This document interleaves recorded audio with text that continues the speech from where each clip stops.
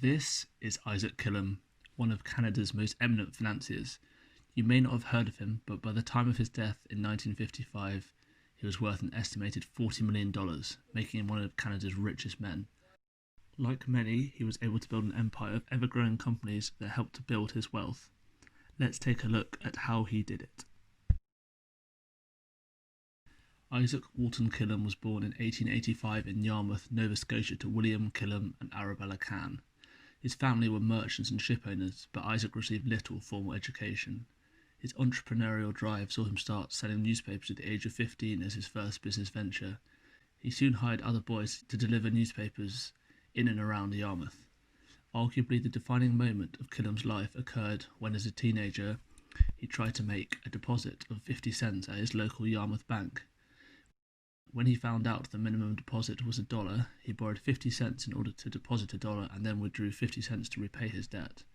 In a single transaction, Killam had bent an established practice to fit his personal needs and avoided any interest on the loan.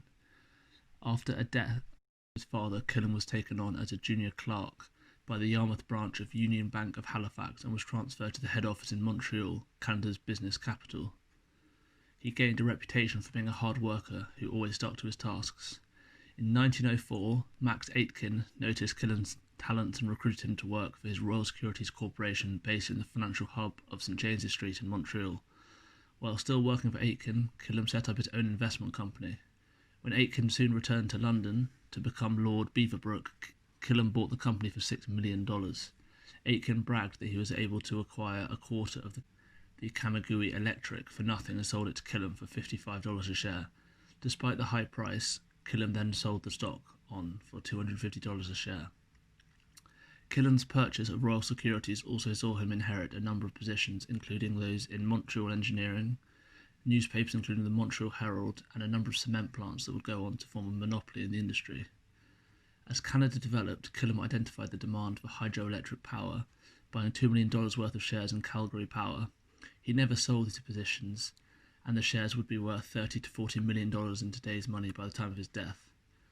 Moneymen claimed that it was difficult to turn $100 into $110, but relatively easy to turn $100,000 into $150,000. Killam's investments in the utility companies proved this, laying the foundations that led him to become one of Canada's richest men. Killam built his fortune by spotting potential, getting in cheaply, and holding the businesses while they were in development. This buy and hold strategy is common among many who have struck it rich. He ran Royal Securities not as a brokerage and investment business that it had been set up for, but as a specialised business focused on the acquisition and long-term development of companies in Canada and Latin America. His skills for analysing companies saw him given the nickname the Doctor of Companies. Killam later invested into timber and the paper industries in Alberta and British Columbia, setting up the Mersey Paper Company based on the shores of Liverpool Bay in Nova Scotia in 1929. The company attracted newsprint makers by offering to ship their products all year round to Europe and northeastern US from their own mills. Killam put pressure on local governments to ensure that he had enough long-term security for forest supplies to meet his growing demand. The company owned a number of freehold forests that served as security for the investments. Killam owned the hydroelectric facilities that powered the paper company after damming the Mersey River 19 miles upstream to create the Lake Rossingold Reservoir. In 1956, this company was sold to Bowater, now known as Resolute Forest Products. Despite the large amount of money he made, Killam remained remote but was well liked by his employees. He spent around $1 million a year on entertainment, clothing, travel and jewellery, with a collection worth $4 million that was referred to as one of the finest private collections in the world. Killam and his wife both thought the diamonds were good investments. They lived in Montreal but often spent time at their homes in Nassau, New York, and travelled widely around Europe. Aside from making money, Killam only had two interests: salmon fishing and reading mystery novels. He taught his wife the intricacies of high finance, and he was virtually unknown outside of his small group of friends, closely guarding his own privacy. His wife had an interest in baseball and tried to buy the Brooklyn Dodgers baseball team, offering $5 million for an interest in the team. However, there was no stock available at the time, so they could not make the purchase. Upon his death, he kept certain employees on the payroll if they could not work and gave handouts to people in need.